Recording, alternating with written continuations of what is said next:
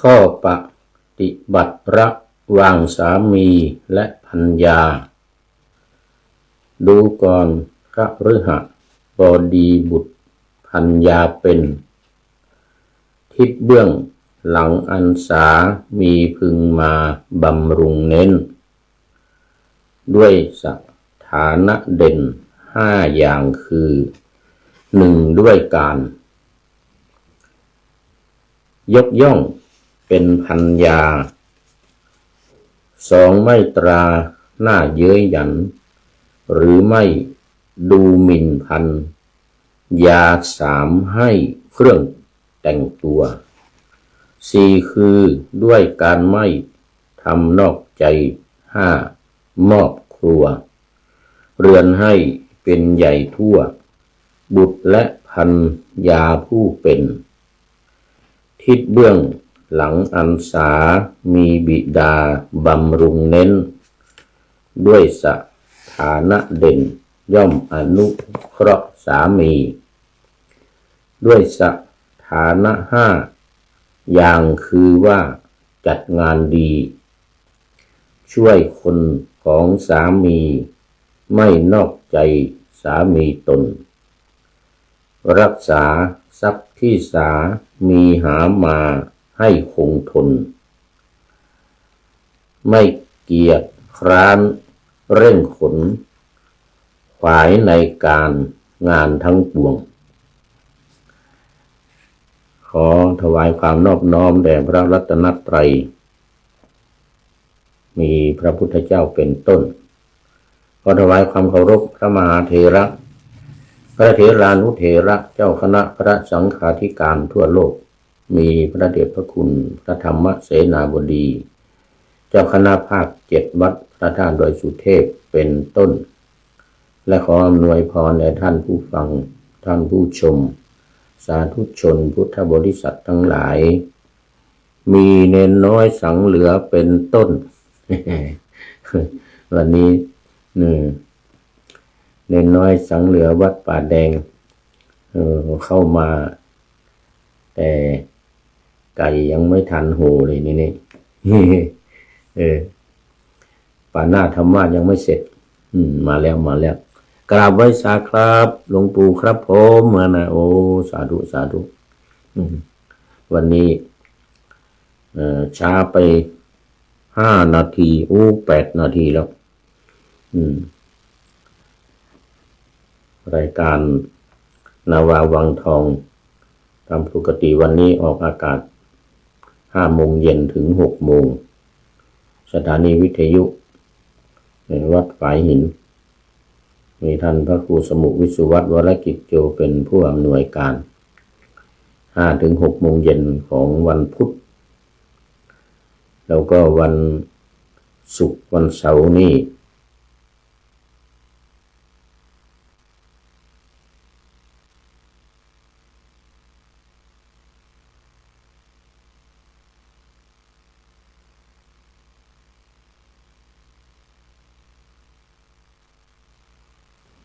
บ่าย 2 ถึงบ่าย 3 โมง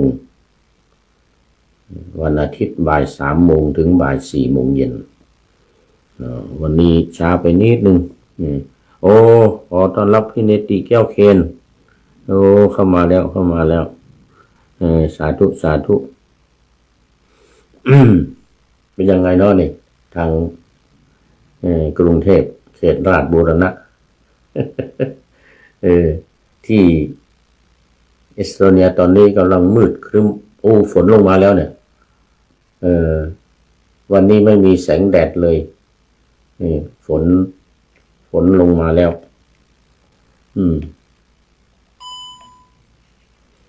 เดี๋ยวดูอุณหภูมิยังไม่ได้ดูเหมือนกันเดี๋ยวต้องดูอุณหภูมิหน่อยก่อน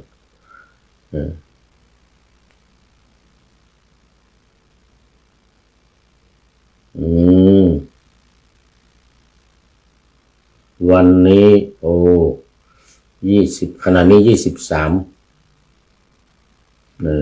และสูงสุดก็แค่24ต่ำสุด19 องศาเซลเซียส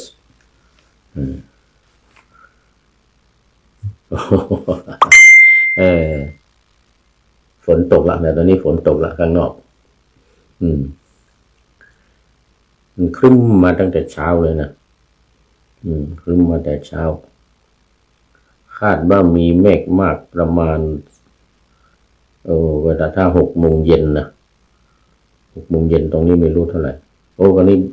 กำลังบ่ายโมงบ่ายโมง13บ่ายโมง2 3 4 5ยังไม่ถึง6 โมงนี่5 โมงดูนะ5 โมงนะแล้ววันนี้พี่เนติบอกว่ากราบนมัสการครับอาจารย์กทมร้อนมากวันนี้กทมร้อนอีกแล้ววันนี้ติดขัดเรื่องคอมพิวเตอร์ใช้ไม่ได้ตอนนี้ก็เลยมาใช้มือถือใช้โทรศัพท์มือถือนี่เมื่อกี้มัวไปเปิดเลยเวลาไปนิดหนึ่งเอาละมาสู่เนื้อหาสาระกันเลยนี่เพราะว่าตอนนี้กำลังออกอากาศที่วัดฝายหิน FM 104.50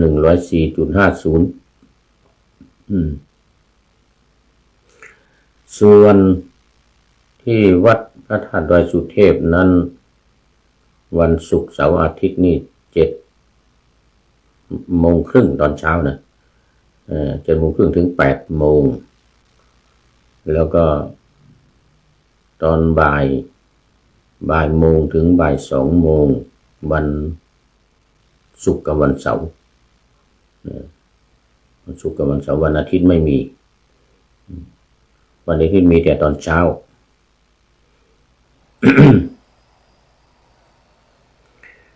วันนี้ก็มาถึงหัวข้อปฏิบัติระหว่างสามีภรรยาอันนี้ก็มาในสิงคารสูตร ในพระไตรปิฎกสิงคารสูตรซึ่งว่าด้วยขีหิปฏิบัติก็ปฏิบัติของคฤหัสถ์ระหว่างสามีกับภรรยาพ่อกับลูกกับพ่อเนี่ยนะพ่อกับลูกพ่อกับลูกกับพ่อแม่พ่อแม่กับลูกแล้วก็สมณพราหมณ์พระสงฆ์กับศรัทธาญาติโยมอุบาสกอุบาสิกาเขาเรียกทิศ6ตามปกตินี่ที่อินเดียสมัยนั้นคนทั้งหลายก็จะไปไหว้ทิศกันก็มีส่วนใหญ่ก็เป็นทิศเหนือทิศใต้นี่แหละก็จะไปยืนอยู่กลางแจ้งแล้วก็ไหว้ไปทิศเหนือทิศใต้ทิศตะวันออกทิศตะวันตกแล้วก็บางคนก็ไหว้ทั้ง8 ทิศเลยไปทิศน้อยอีก4 ทิศตะวันออก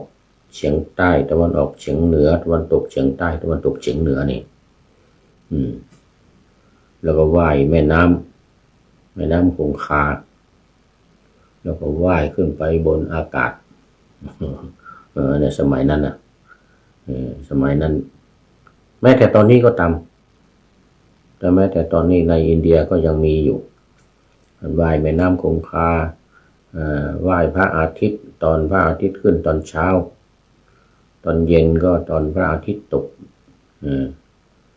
แล้วก็ว่ายแม่น้ำคงคานี่ก็ถือว่าเป็นเรื่องใหญ่เสร็จแล้วก็อาบน้ำด้วยอาบน้ำในแม่น้ำคงคาคนทั่วสารทิศในประเทศอินเดียมาที่เมืองพาราณสีที่อื่นก็ไม่ศักดิ์สิทธิ์ไปอาบที่อื่นก็ไม่ศักดิ์สิทธิ์ผ่านหลายเมืองแม่น้ำคงคาก็ยิงผ่านหลายเมือง แต่ว่าไม่มีคนไปอาบน้ำกัน เพราะมันไม่ศักดิ์สิทธิ์ มันมีศักดิ์สิทธิ์อยู่ที่พระราณสีที่เดียว มันก็แปลกนะแม่น้ำสายเดียวกันนี่นะที่อื่นไม่ศักดิ์สิทธิ์ไม่ศักดิ์สิทธิ์อยู่ที่เมืองพาราณสีนี่เนี่ยแต่มันมีอยู่ที่อโยธยา เมืองอโยธยานี่อันนั้นก็มีแต่ว่ามันเป็นปีละครั้งหนึ่งปีหนึ่งก็มีครั้งหนึ่งไปอาบน้ำกันไปบูชาแม่น้ำคงคากันแต่ที่พาราณสีนี่มันทุกวันทั้งคนที่อยู่ในเมืองนั้นและใกล้เคียงก็จะเดินทางมาแล้วคนที่อยู่เมืองอื่นก็นั่งรถนั่งเรือนั่งเครื่องบินกันมาเลยพี่เนติบอกว่ากราบนมัสการเมื่อกี้นี้เหมือนเดิมเพิ่มเข้ามาคือคุณโยมประเสริฐเสริมสุขจากกรุงเทพมหานครเหมือนกันไม่ทราบกลับจากเชียงใหม่หรือยังน้อเนี่ยหรือว่ายังอยู่เชียงใหม่นมัสการครับนะโยมประเสริฐหาลานีอยู่หรือเปล่าหาลานีโยม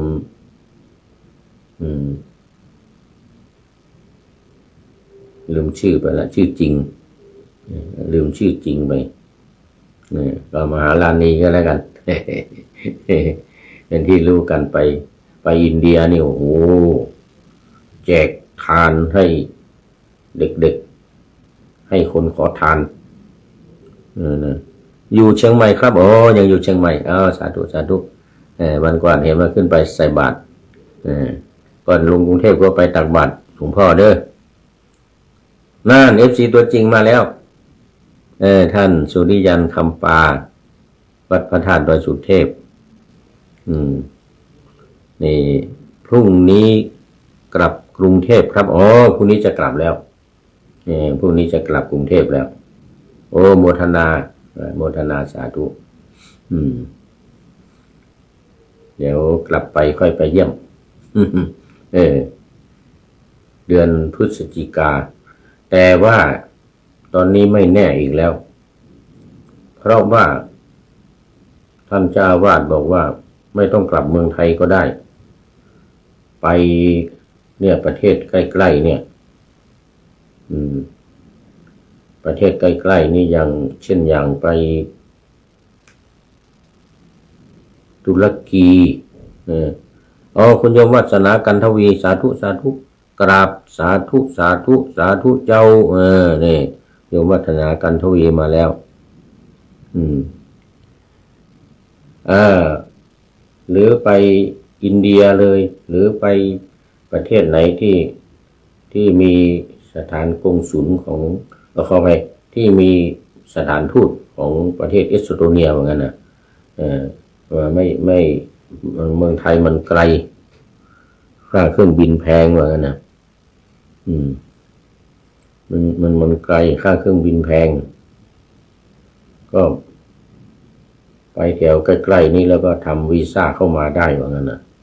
เดี๋ยวต้องดูก่อนเพราะว่าตอนนี้ตัวเครื่องบินก็ซื้อแล้ว ตัวเครื่องบินก็ซื้อแล้ววันที่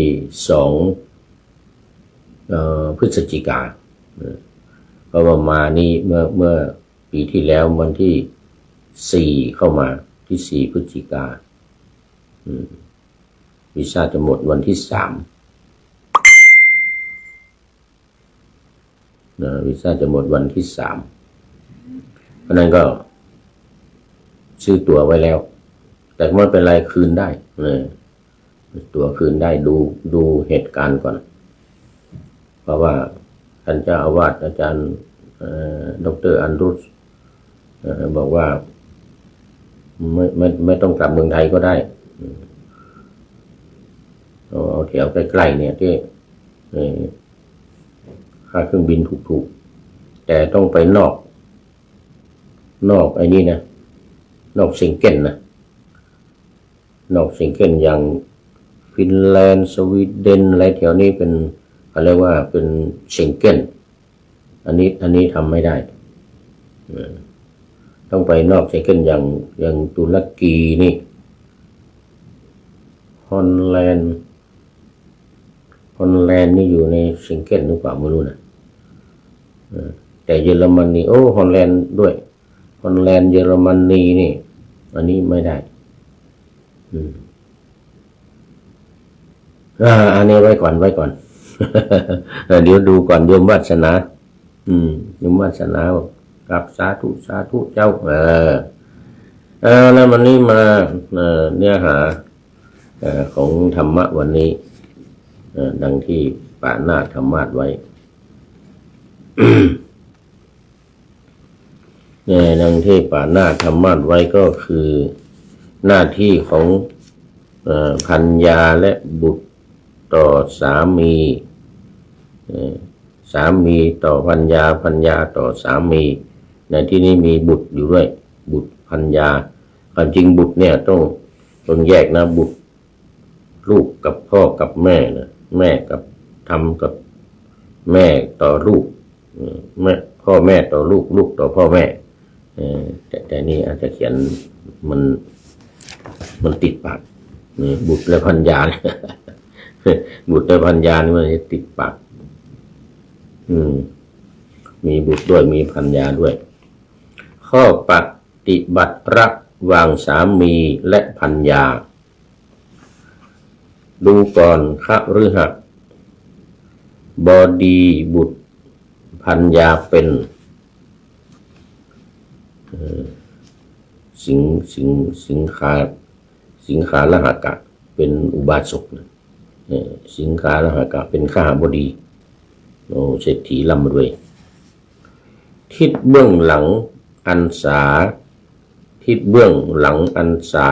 มีพึงมาบำรุงเน้นด้วยสถานะเด่น5อย่างคือ1ด้วยการยกย่องเป็นภรรยา2ไม่ตราหน้าเย้ยหยันหรือไม่ดูหมิ่นภรรยา3ให้เครื่องแต่งตัวเครื่องประดับอะไรต่างๆ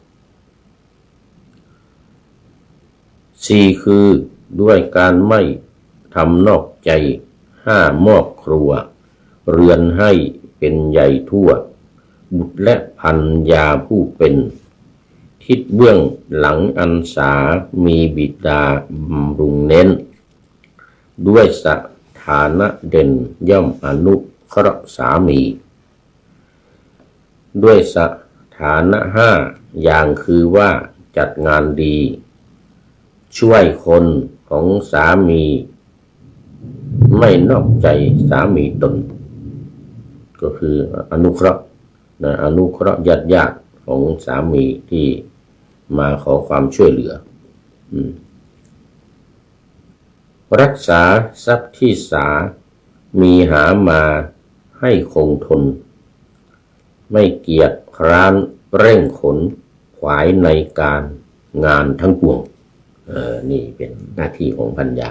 ของสามีของภรรยาตามที่มาในหลักการชาวพุทธหน้าที่129ชุดใหญ่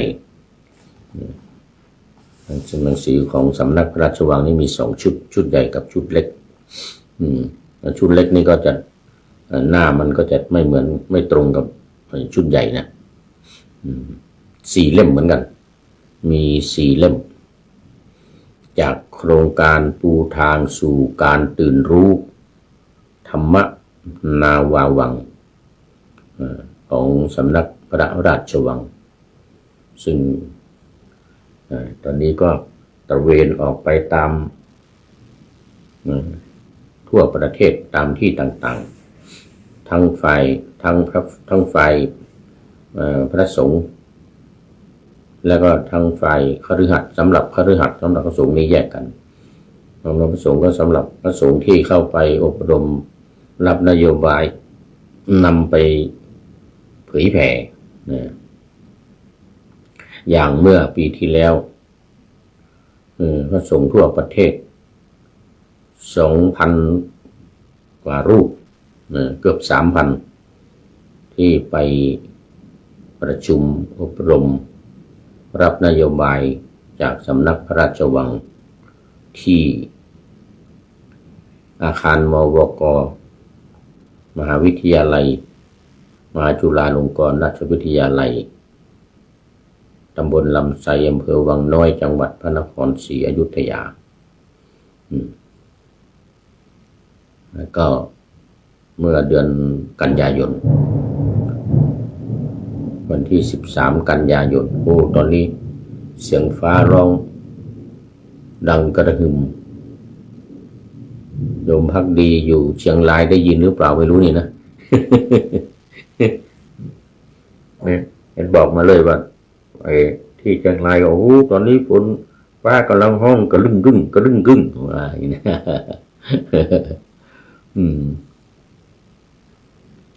ตอนนี้ฟ้ากำลังห้องกระลึ่งกึ่งกระลึ่งกึ่งเนอะนี่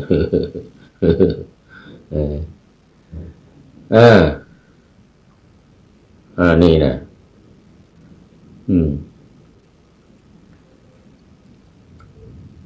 พูดถึงโครงการปูทางสู่ธรรมนาวาวังนี่เมื่อปีที่แล้วยังไม่มีคำว่าสู่การตื่นรู้มามีปีนี้มารู้ปีนี้เมื่อพระเดชพระคุณท่านเจ้าคุณต้นเจ้าคุณอาจารย์ต้นอาจารย์ทวีวัฒน์ไปเยอรมันต้นปีมาเนี่ยผู้พูดก็อยู่ที่เยอรมันพอดีแต่ไม่ได้ไปร่วมตอนนั้นไปกินนิมนต์ที่ฮอลแลนด์ก็เลยไม่ได้ร่วมเมื่อวันที่6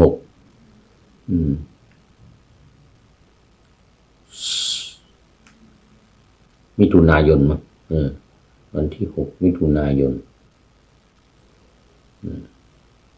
แล้ววันที่4ไปฮอลแลนด์โยมนิมนต์ไปที่ฮอลแลนด์ก็เลยพลาดไปนิดเดียวแต่ได้ทราบนี่ได้หนังสือชุดนี้มาเนี่ยชุดใหญ่นี่มาได้หนังสือชุดใหญ่นี่มาก็เพิ่มคำว่าตื่นรู้การตื่นรู้เข้ามาโครงการปูทางสู่การตื่นรู้ธรรมนาวาวังก็มีหลักการ4วิธีการ6นะที่ว่าบ่อยๆคราวนี้มาถึงหัวข้อที่แทรกเข้ามาวันนี้หัวข้อว่าข้อปฏิบัติระหว่างสามีภรรยา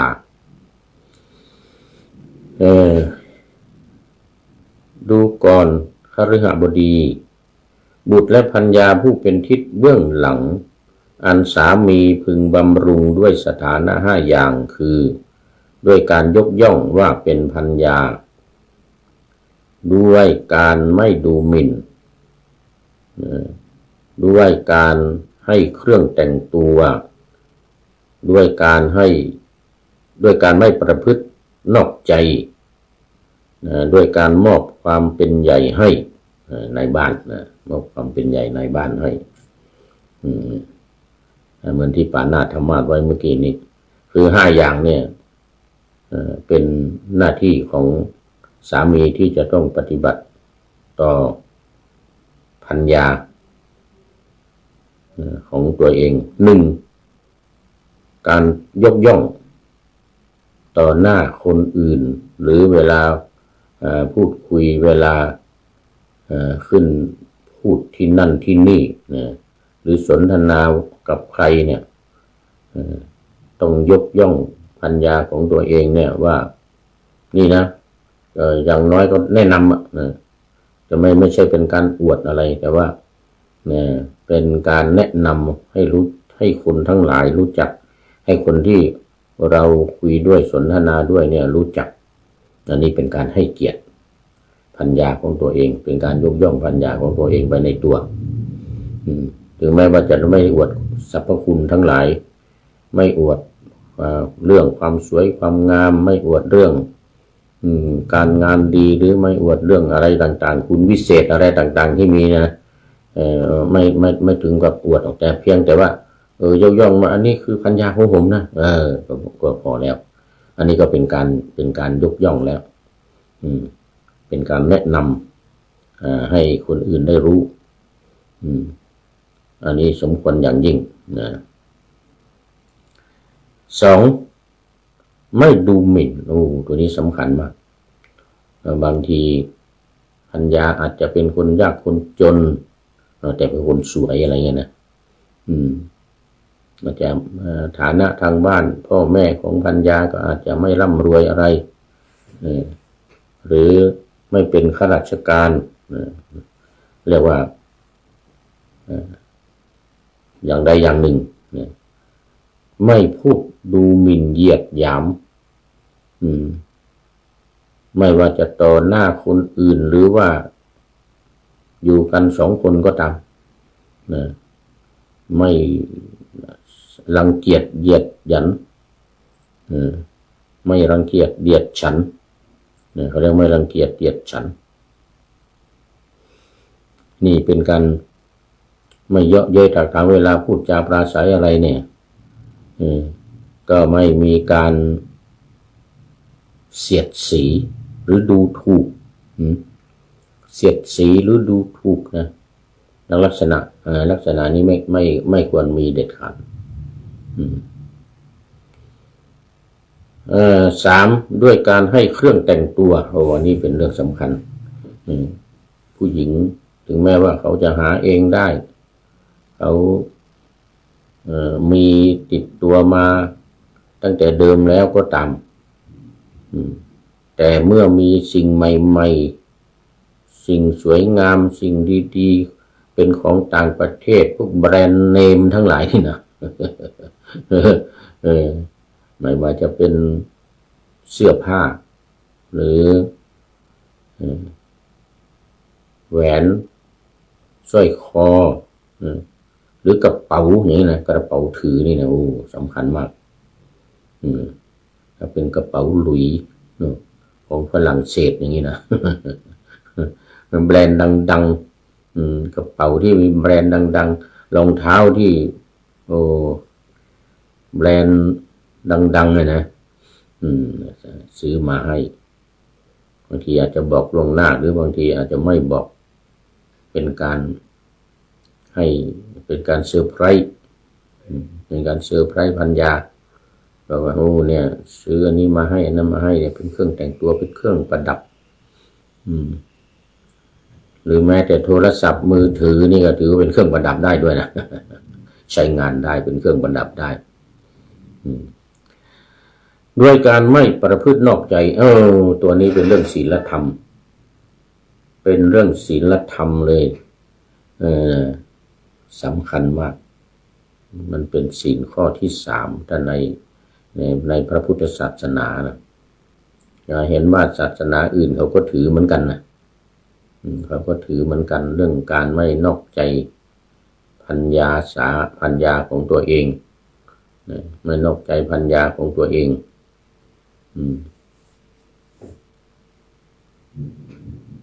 เขาเรียกว่าปัจจุบันนี้เขามีศัพท์อีกศัพท์หนึ่งว่าอะไรกิ๊กเป็นกิ๊ก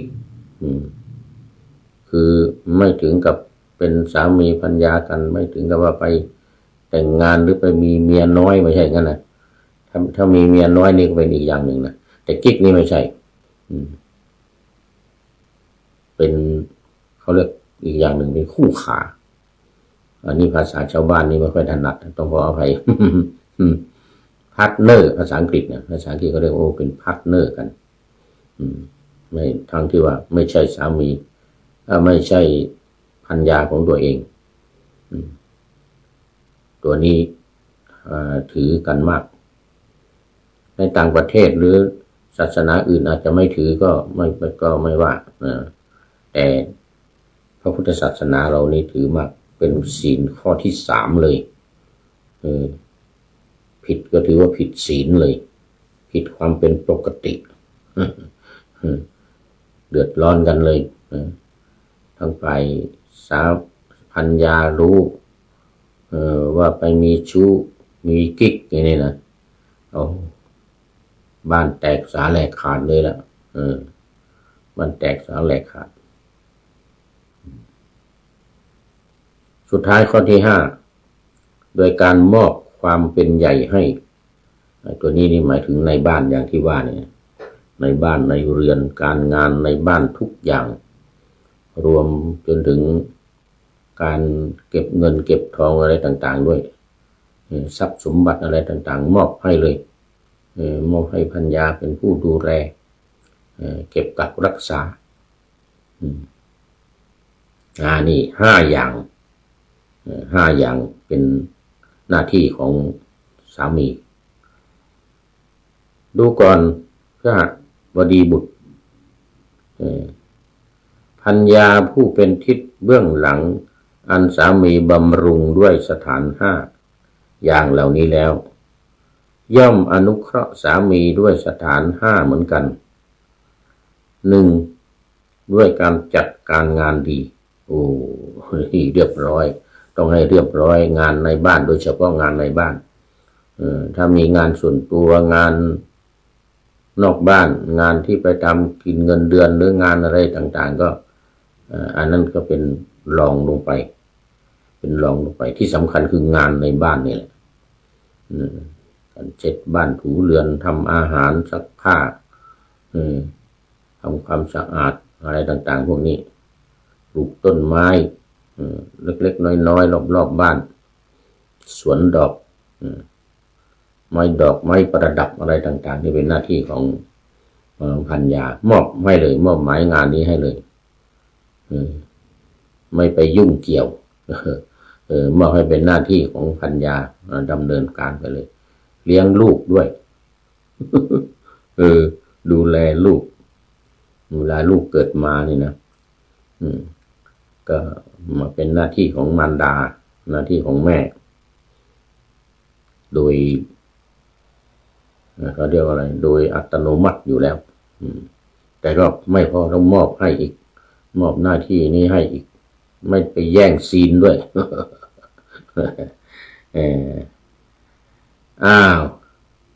ต่อไปสงเคราะห์คนข้างเคียงสามีดีนี่ข้อนี้สำคัญนางวิสาขาถือว่าเป็นตัวอย่างในการที่ช่วยเหลือญาติของสามีทุกคนไม่รังเกียจเดียดฉันช่วยเหลือหมดใครมาอะไรยังไงช่วยเหลือหมดมีนางวิสาขาเป็นตัวอย่างสามไม่ประพฤตินอกใจสามีนี่เหมือนกันกับสามีปัญหาในปัจจุบันที่มีการเลิกร้างกันที่มีการฆ่ายิงกันตามข่าวหน้าหนังสือพิมพ์เนี่ยมันเกี่ยวกับนี่ทั้งนั้นแหละนี่แหละเกี่ยวกับเรื่องของการเป็นนอกใจสามีของตัวเองนี่แหละนี่นะบางทีเห็นลงข่าวรักสามเศร้านี่ก็น่าเศร้าจริงๆโดนปืนเลย โดนปืนเลยเห็นข่าวลงหนังสือพิมพ์ลงข่าวทางโซเชียลโดนปืนเลยตายนี่บ้านเฮาเรียกว่าตายมาเข้าพริกเข้าเกลือ นี่นะนี่ถือว่าเป็นเรื่องสำคัญมากเลยแล้วก็เป็นปัญหาอยู่ทุกวันนี้ตั้งแต่ในอดีตมาแล้วจนถึงปัจจุบันก็ยังมีปัญหานี้อยู่เหมือนเดิมเพราะว่าเนี่ยคุณไม่อยู่ในหลักธรรมคำสอนเนี่ยประพฤตินอกใจสามีเนี่ยไม่อยู่ในหลักธรรมไม่อยู่ในศีลไม่อยู่ในธรรม รักษาทรัพย์ที่สามีหามาให้นี่ก็แน่นอนแต่ว่าต่างกันนะอย่างในอินเดียในต่างประเทศนี่นะอย่างทางยุโรปอเมริกาเนี่ยนะข้อนี้ไม่สำคัญเท่าไหร่แต่เพราะว่าเขากระเป๋าใครกระเป๋ามันทางนี้นะกระเป๋าใครกระเป๋ามันไม่ได้เอาให้ภรรยาเป็นผู้เก็บหรือเอาเงินมาให้สามีเก็บในทางตรงกันข้ามในอินเดียเนี่ยสามีด้วยซ้ำไป เป็นผู้ที่เก็บเงินเก็บทองเงินอยู่กับสามีเลยหาเงินทองมาอะไรเนี่ยทรัพย์สินอะไรที่อยู่ในบ้านมีเนี่ยสามีเก็บหมด ในอินเดียนะในอินเดียในขนาดดอลลี่เงินที่ได้มาจากพ่อแม่ของตัวเองยกให้ตอนไปแต่งงานเนี่ยนะสินสอดค่าสินสอดทองมั่นอะไรต่างๆนะเวลาเอาไปบ้านสามีนี่นะสามีเก็บหมด เก็บหมดก็เอาให้จ่ายค่าอาหารการกินประจำวันซะตอนนั้นเองเวลาไปไหนนี่เดินทางไปไหนนี่เงินไม่ได้อยู่ที่ภรรยานะอยู่ที่สามีจะซื้อจะจ่ายจะกินอะไรนะ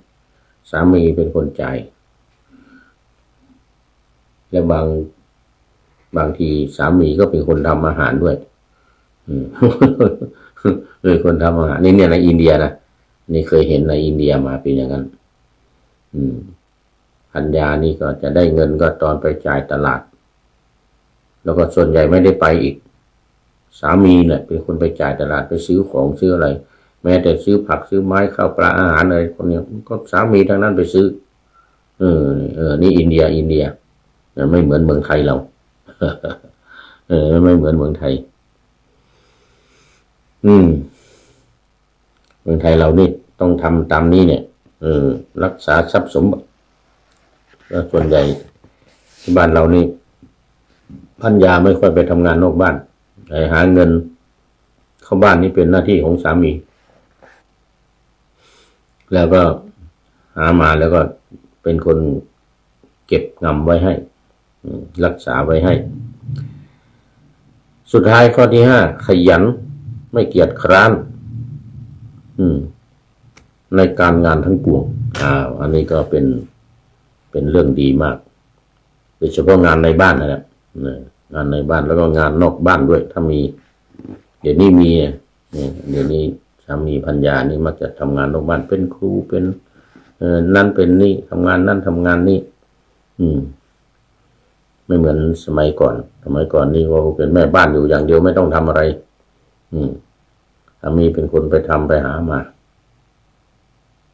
ตอนนี้ก็ยังมีอยู่บ้างนะยังมีอยู่บ้างที่เป็นแม่บ้านอย่างเดียวคอยดูแลเก็บงำรักษาทรัพย์สมบัติอะไรต่างๆของสามีดูก่อนคฤหบดีบุตรและภรรยาผู้เป็นทิศเบื้องหลังอันสามีบำรุงด้วยสถานะเหล่านี้แล้วย่อมอนุเคราะห์สามีด้วยสถาน5อย่างเหล่านี้ทิศเบื้องหลังนั้นชื่อว่าสามีปกป้องคุ้มครองให้มีความสุขสำราญไม่มีภัยด้วยประการฉนี้นี่ก็อ้างอิงจากทีฆนิกายปาติกวรรคสิงคาลสูตรสิงคาลสูตรดังที่ว่าไว้ตอนต้นเรียกว่าชิหิปฏิบัติคือข้อปฏิบัติของชาวบ้านญาติโยมที่มีสามีภรรยามีลูกมีพ่อมีแม่แล้วก็มีศาสนาที่ตัวเองนับถือเรียกว่าเป็นทิศเบื้องบนทิศเบื้องบนนี่คือเรื่องพระเรื่องสงฆ์เรื่องศาสนาที่ตัวเองนับถือไม่ว่าจะนับถือศาสนาใดก็จะมีทิศเบื้องบนนี่คือสมณพราหมณ์หรือนักบวชในศาสนานั้นๆจะพึงปฏิบัติต่อศาสนิกของตัวเองทีนี้ในอินเดียมันยังถือกันอีกในลักษณะทิศเบื้องต่ำทิศเบื้องต่ำนี่คือเขาจะหมายถึงทาสีทาสาเนี่ยนะแล้วก็กรรมกรที่ทำงานในบ้านในไร่ในสวนในอะไรต่างๆก็ถือว่าเป็นทิศเบื้องต่ำถือว่าเป็นทิศเบื้องต่ำในอินเดียในอดีตการหรือแม้ในปัจจุบันก็ยังมีถือกันอยู่บ้างนะแล้วนี่เป็นเรื่องของการปฏิบัติตัวต่อภรรยาระหว่างภรรยากับสามี ต่อไปนี้เป็นหัวข้อว่าสิ่งที่ควรแนะนำแก่ผู้ที่เรารักนะสิ่งที่ควรแนะนำแก่ผู้ที่เรารักนี่ก็นะตามที่มาในอังคุตรนิกายเอกนิบาตทุกกนิบาตติกนิบาตสัมมาทปกัสสูตรนะใจความว่าดูก่อนอานนท์เธอทั้งหลายจะพึงเอ็นดูบุคคลใดและบุคคลเหล่าใดจะพึงเชื่อฟังจะเป็นมิตรอำมาตย์ญาติหรือสาโลหิตก็ตาม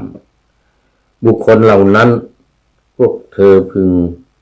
ชักชวนให้ตั้งมั่นอยู่ในสถานะ3ประการนี้เถิดสถานะ3ประการคือเลื่อมใสในคุณของพระพุทธเจ้าพระธรรมและพระสงฆ์ก็คือพระรัตนตรัยนั่นเองดูก่อนอานนท์ความแปรปรวนแห่งมหาภูตรูป4คือธาตุดินธาตุน้ำธาตุไฟธาตุลมพึงมีได้แต่ความแปรปรวนแห่งอริยสาวกผู้ประกอบด้วยความเลื่อมใสในคุณของพระพุทธพระธรรมพระสงฆ์ไม่มีเลยก็คือไม่มีความแปรปรวนเปลี่ยนแปลงมีความมั่นคงในพระรัตนตรัยความแปรปรวนในข้อนี้คืออริยสาวกผู้ประกอบด้วยความเลื่อมใสในคุณของพระพุทธเจ้าพระธรรมและพระสงฆ์นั้นจะไปเกิดในนรกเป็นสัตว์เดรัจฉานหรือเป็นเปรตนั้นจะเป็นไปไม่ได้เลยไม่เป็นไปไม่ว่าจะเป็นนรกขุมไหนไปเป็นเปรตอสุรกายวินิบาตอะไรก็ตามไม่มีเลยดูก่อนอานนท์เธอทั้งหลายพึงเอ็นดูบุคคลใดและบุคคลเหล่าใดจะเชื่อฟังเป็นมิตรอำมาตย์ญาติหรือสายโลหิตก็ตามบุคคลเหล่านั้นพวกเธอพึงชักชวนให้ตั้งมั่นอยู่ในสถานะ3ประการนี้เถิดสถานะ3ประการนี้ก็ดังที่กล่าวมาคือ1มีความเลื่อมใสศรัทธาในพระรัตนตรัยแล้วก็2ไม่มีความแปรปรวนเปลี่ยนแปลงของพระพุทธพระธรรมพระสงฆ์ไม่มีความแปรปรวนเปลี่ยนแปลงแล้วก็3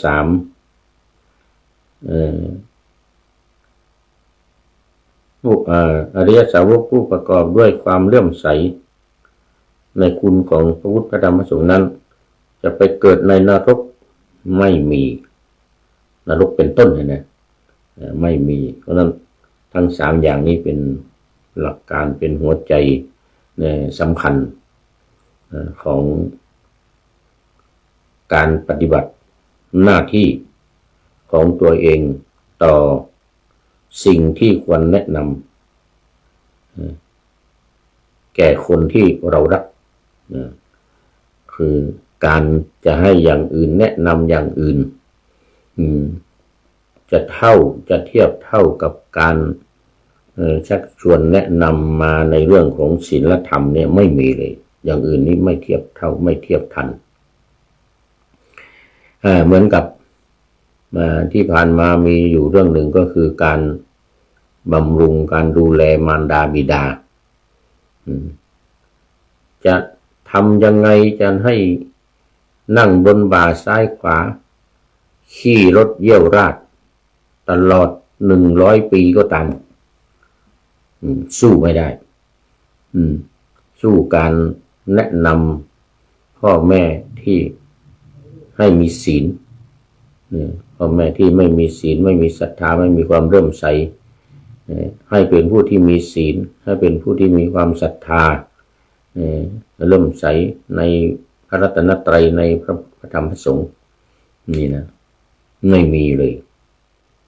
ไม่มีอย่างอื่นนี่สู้ไม่ได้อย่างนี้นี่ก็เหมือนกันเนี่ยที่จะสิ่งที่เรา จะแนะนำให้คนที่เรารักใคร่ชอบพอไม่ว่าจะเป็นภรรยาเป็นลูกเป็นหลานเป็นพ่อเป็นแม่หรือปู่ย่าตายายก็ตามหรือเป็นเพื่อนสนิทมิตรสหายก็ตามแนะนำอยู่ในหลักการ3อย่างสถานะ3ประการนี้ดีที่สุดแนะนำให้อยู่ในสถานะ3ประการที่สำคัญคือให้เลื่อมใสในพระรัตนตรัยแล้วก็ไม่มีความแปรปรวนเปลี่ยนแปลงจากพระรัตนตรัยและ3จะไปเกิดในนรกเป็นสัตว์เดรัจฉานหรือเป็นเปรตนั้นก็เป็นไปไม่ได้ในสถานะทั้ง3อย่างนี้ต้องคงไว้ต้องคงไว้ให้มั่นคงให้แน่นอนไม่ให้ผิดพลาดเพราะฉะนั้นวันนี้หลักการในการปฏิบัติมี2เรื่องวันนี้เรื่องเดียวนั่นแหละมันต่อเนื่องกันคือการปฏิบัติตนต่อสามีภรรยาสามีต่อภรรยาและภรรยาต่อสามีตามมาด้วยคนที่เรารักซึ่งก็หมายถึงสามีหรือภรรยานั้นด้วยแล้วก็แต่กินความกว้างกว้างกว่ากว้างขวางกว่าที่เป็นสามีภรรยากันนั่นซึ่งมันหมายถึงญาติสนิทมิตรสหายทั้งหลายญาติสนิทมิตรสหายทั้งหลายที่อยู่ร่วมกันในหมู่บ้านหรือในที่ต่างๆอาจจะรวมมาถึงการตอบแทนบุญคุณของสามีภรรยามันก็เป็นการช่วยเหลือตอบแทนกันระหว่างสามีกับภรรยาซึ่งมันรวมกินความกว้างไปถึงคนอื่นเรื่องอื่นไปถึงบุคคลข้างเคียงซึ่งเป็นญาติสนิทมิตรสหายอยู่ด้วยอันนี้ก็เป็นเรื่องที่พึงเป็นเรื่องที่พึงนำมาใส่ใจและปฏิบัติกันในหมู่บรรดาชาวพุทธของเราพุทธบริษัททั้งหลาย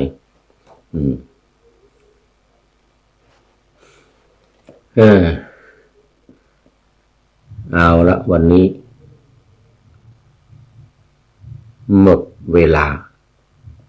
คุณโยมวาสนากันทวีก็เป็นท่านสุดท้าย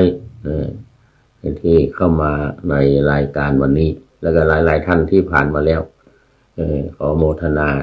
สาธุเป็นอย่างยิ่งโยมวาสนาโยมประเสริฐใครอีกที่ผ่านไปแล้วนะเข้ามาวันนี้ก็โมทนาเป็นอย่างยิ่งท้ายรายการก็มีข้อคิด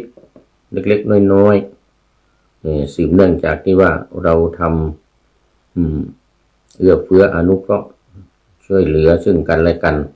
ทั้งสามีภรรยาทั้งคนที่เรารักญาติสนิทมิตรสหายรวมทั้งสามีภรรยาด้วยลูกคนอื่นด้วยฝากเอาไว้ในตอนสุดท้ายนี้ว่าสุขจริงอยู่ที่ใจทำอะไรให้ใจสุขกรรมใดใจเป็นทุกข์กรรมนั้นไม่ใช่สุขจริงเอาละตอนนี้ก็ขอนำรายการนาวาวังทองไปก่อนขอนำนาวาวังทองไปก่อนแล้วจะย้อนมาใหม่ในวันหน้าคือวันพุธศุกร์เสาร์อาทิตย์ตามตารางเวลาที่วางอยู่ข้างใน เป็นธรรมะจากพระราชวังเป็นนาวาโด่งดังสว่างไสวเป็นทองคำล้ำค่ากว่าสิ่งใดชุบชีวิตจิตใจให้ใสงามขอเชิญท่านทั้งหลายนำไปท่องตามคุณของพระรัตนสามพุทโธเมนาโถธัมโมตามสังโฆเมนาโถยามภาวนาว่าบ่อยๆซ้ำๆจำในจิตจนมันติดในใจไม่หายหน้านอนนั่งยืนเดินจำทุกเวลาตั้งแต่ตื่นขึ้นมาถึงหลับไปขอทุกท่านได้ผลจากปฏิบัติได้กำจัดความทุกข์พบสุขใสพลันปลอดโปร่งโล่งสบายทั้งกายใจอยู่ที่ใดใจสงบพบนิพพานขอเจริญพร